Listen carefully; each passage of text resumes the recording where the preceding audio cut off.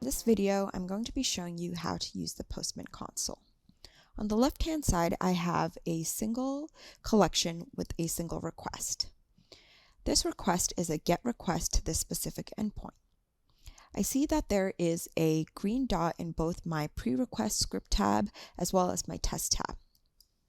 In the pre-request script, I have my console functions, which will run before this network call is sent in Postman, as well as in the test tab, I have some tests that would run after. Let's go ahead and click send. Normally, when you click send, you see some information that you get back in the request body. But you might be wondering, where is all of the console information? On the bottom left-hand side, there is a console button, and here you can see all of the statements that you get before this network call is sent in Postman. If I take a look into this network call, I can see all the information that I get back, such as the request headers, as well as some information that I get back from the response body. All of this information provides much more deeper insight into the data that I get back from Postman and is used to help me troubleshoot any issues.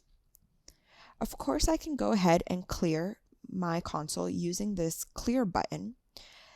However, recently there is added support to clear the console using the console.clear function. I'm going to go ahead and add that console.clear function to my pre-request script. This will let me automatically clear my console when I go ahead and click on send.